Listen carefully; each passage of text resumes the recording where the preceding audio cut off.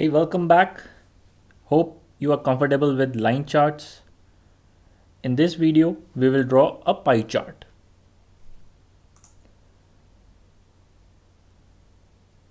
A pie chart is used to show relative proportion or contribution to the whole.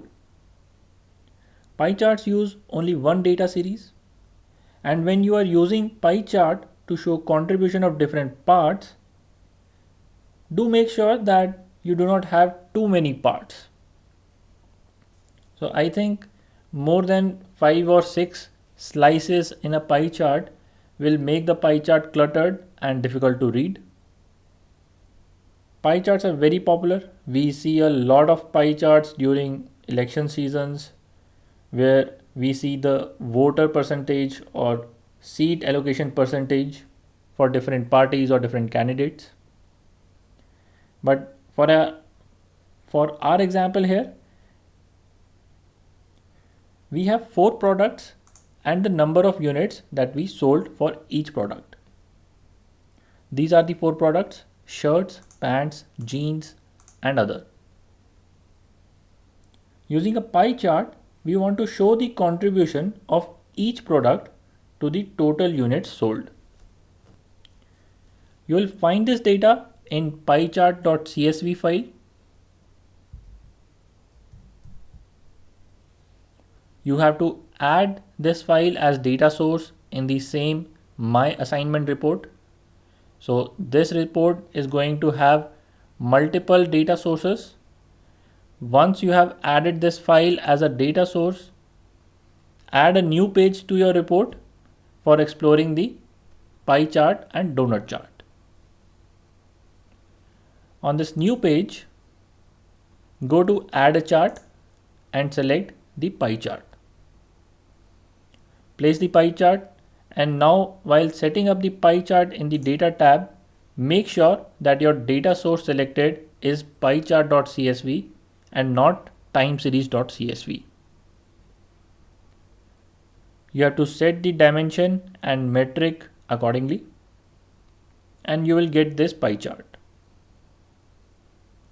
From this pie chart, you can see that pants and jeans are the major contributors to the total units sold, and shirts contributes only 8% to the total units sold.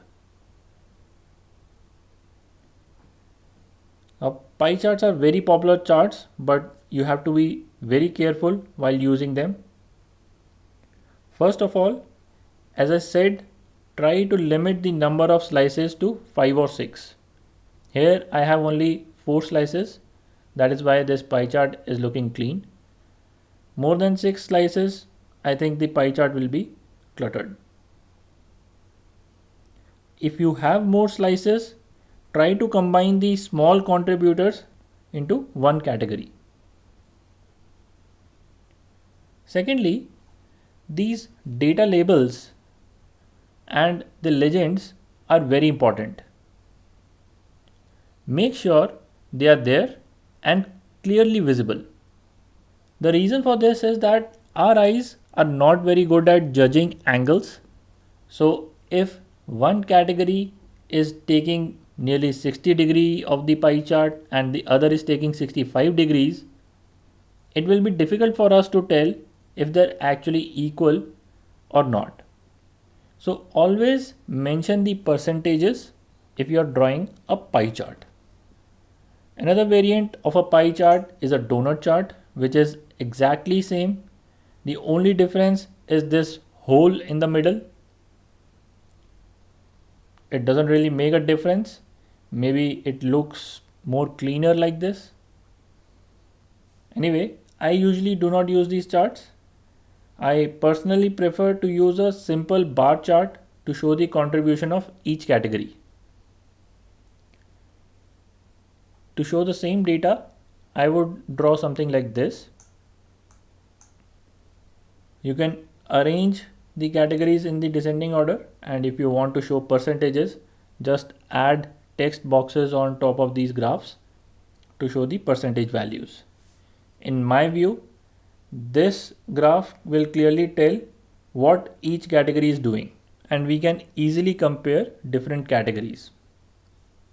This is a personal choice whether you want to use a pie chart or a donut chart or not. These are very popular and very commonly used. So you must practice making these two charts. Use the pie chart.csv file as the data source and draw these two charts.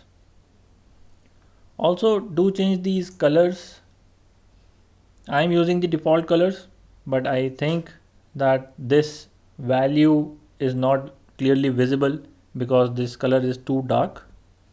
So try to make it more legible.